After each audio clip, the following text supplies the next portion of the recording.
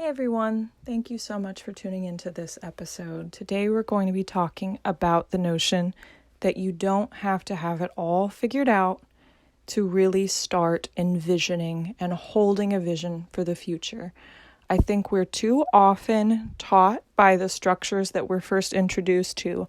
I'm talking about the linear nature of the education system and how, you rise from one grade to the next, and you're kind of expected to just chart along that path. Or the way a lot of companies work or different occupations, where your progress is known to you or the progress you need to make is known to you before you ever even get started down the path.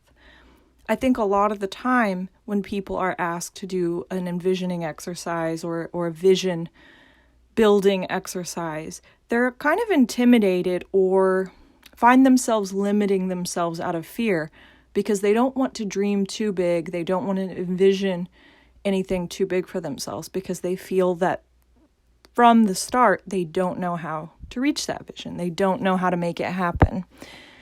And a couple things need to be understood as to why that's not healthy, balanced, healed, or realistic thinking. And we're going to talk about that. But first, one thing I do want to say is that you have to lean into an envisioning or visioning exercise fully. You have to remove any fear or any limitations that you're putting on yourself. You have to be in a bit of a receptive state. And that's something that I've asked people to do in the courses that I've created.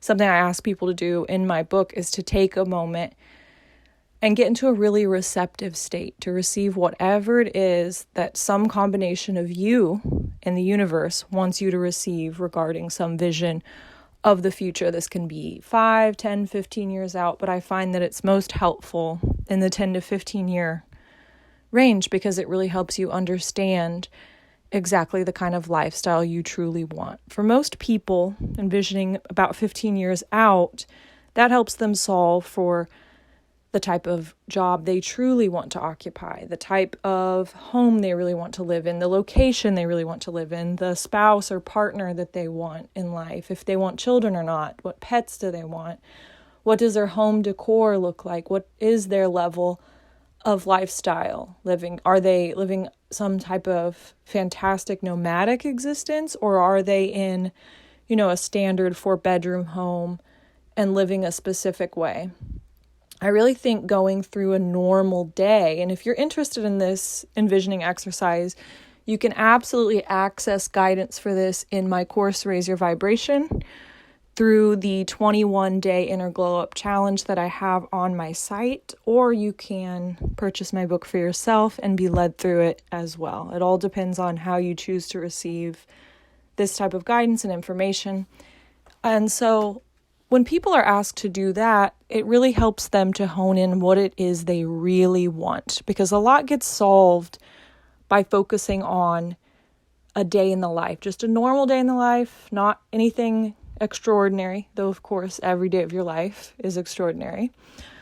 Just focusing on a normal day lets you answer a lot of questions about what your calling is, what you are truly motivated by, and just honestly, what you want to make room for in your life. And removing any type of boundaries or limitations regarding what your life looks like now or how you get from now to there, that's going to do wonders for helping you really understand the truth of what your inner calling is and what you're really passionate about and what you actually truly deeply want. So today we're going to talk about something that helps us totally remove that limitation that we need to know every step. We have to have a blueprint. We have to have a plan, right? There's always a lot of different quotes on planning, right? That said, if you fail to plan, you plan to fail. I just don't think that's true because I don't think that that's, in my experience and through the experiences of others who have manifested the type of life they want rather than just letting life happen to them, that just doesn't really ring true. What rings true is that you only have today. Time facing forward is in many ways an illusion, which is a topic we could talk about for years, certainly. But you only really have today. So why focus too much out into the future. And I would challenge you to not take that as don't think about your future, don't plan ahead. I'm absolutely the last person to advocate for that. But what I mean is, every day, the day that your consciousness resides in, which is a very specific choice of words on my part, but every day that your consciousness resides in can really be the day you focus on. Just ask for the guidance, ask the universe to give you the divinely guided next steps regarding your calling, regarding your life, the calling on your life, what it is you're meant to be doing, the partner you're meant to find. And really, those are all one and the same. If you focus just on living in alignment, if you ask the universe, right, there's no need to compartmentalize our lives into this work /life /love that's not realistic. Our energy is in all these places at once, and we know that. So really look at it in terms of alignment with your soul. It's a very matrix concept to look at the division, right? In reality, you're always participating in your work or calling. You're always participating in your love, relationship, or family structure. You are all these things simultaneously. It's part of what makes the human experience so wonderful and so full.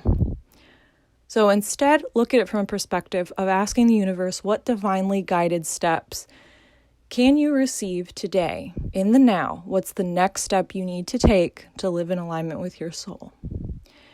And look around you. Pay attention to the signs. Pay attention to what you see coming through your inbox. Pay attention to the ads on all the social media channels. Pay attention to the ways the universe can talk to you. And if that's something you're interested in learning more about, that's something that I can write on at length, because that's one of the ways I was taught about the existence of a co-creational universe, was first through signs in my 3D all around me. And then as I developed my gifts as a psychic empath, I started to receive them more as downloads, which are things that just come at the speed of light and give you instant or almost instant understanding. And anyone is capable of that. It's just about having your intuition really open. And like I always say, that's a big part of my calling. Helping people being open to receive, people being open to allow the individual downloads and that divinely guided next step in their life to come through, allowing people to become clear channels and teaching them how to do that. And that all comes through raising your vibration. So step 1 on this journey is to raise your vibration. Step 2 is to ask the universe for those divinely guided next steps. What can you be doing next? I look at all of life like a series of stepping stones. So you have many stepping stones that were behind you. That's where you've come from. Those are prior versions of you, prior renditions of you.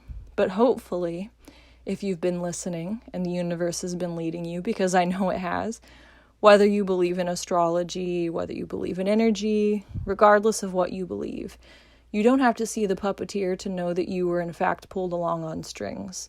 And that's one of the biggest pieces of wisdom I can share about the co-creational universe at hand.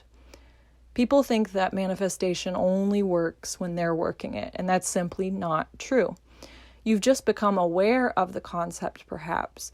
For those of you that understand it and know it and study it and focus on it and live and breathe it, this isn't new to you, but you're not the one I'm talking to immediately in this moment. For those of you who don't believe in manifestation, simply know that you've always been participating in it.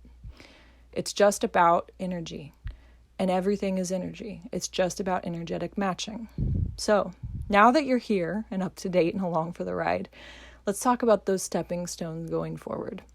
So as we go, we're being asked to continue along our path. We may not see how many stepping stones we each have to be our most self-actualized self. And that's perfectly okay. The only thing you need to worry about is the act of becoming, the state of being receptive. You're standing there on your current stepping stone, and all of these beautiful experiences, some bad, some good, all of them transformative, are coming to you. You're going through them. You're finding new ways to heal. You're being triggered by those in your social circle and your family, your coworkers. Others are triggering healing in you. And as you have these new epiphanies and new understandings, and as you gain more self-love, more self-understanding, and as you gain more self-respect, you can step into that next version now that you know you're worthy of that. You can now start to receive the blessings and the lifestyle and the clarity of the person who is on the stepping stone just ahead, one stepping stone ahead from where you just were. And you don't need to get caught up in how many more stones do you have left to go to reach that 10 or 15 year out in the horizon vision. You just need to focus on the one that you're on. Because if you get really caught up in trying to understand what's up ahead, you're going to lose your energetic focus on the here and now. Here and now is where you receive guidance. Here and now is where you can take action. It doesn't matter 3 stepping stones out that you need to reach some type of figure, perhaps an earning figure in your mind to afford who you'll be in 5 or 10 years. You have no way of knowing that. All you need to do is focus on the here and now. Build the thing you're being asked to now. Ask every day for divinely guided steps on exactly what you need to do to be in true alignment with your higher self and your soul's plan and the highest timeline for all involved. Just ask for that and you will receive, because you don't need to know any more or any less than that. If you're getting caught up, just a word of advice before we go, if you're getting caught up in the notion that you have to know it all and you have to have the full blueprint of how to get from the here and now out to some distant future, that's simply because you don't believe it's possible for you. It's a form of trying to have control. And that's something that's going to lead you to sort of muddy the water or make the water murkier so that you can't really see or receive the next steps. In that case, you're too focused on, if I can just get a running task list of everything I need to do, that way I can ensure that all of that comes to pass. So the work you need to do in that case is more self-worth. All roads lead back to that self-esteem, self-worth, self-love triangle. If you find yourself needing the full blueprint, the full plan, and exactly how to get there, that's because you don't have faith that you can do it. You need exact operating instructions, and that's in no way how the universe works. So, sit with that thought, sit with that sentiment for a moment, meditate on it a bit, and think about, why is it that you don't believe you're worthy of that highest, biggest vision for you? And as you're thinking about it, come up with all of your whys, write those down, and then come up with a plan for getting rid of all of those. Because those are really just lenses that you can view all this through that are making your vision more murky.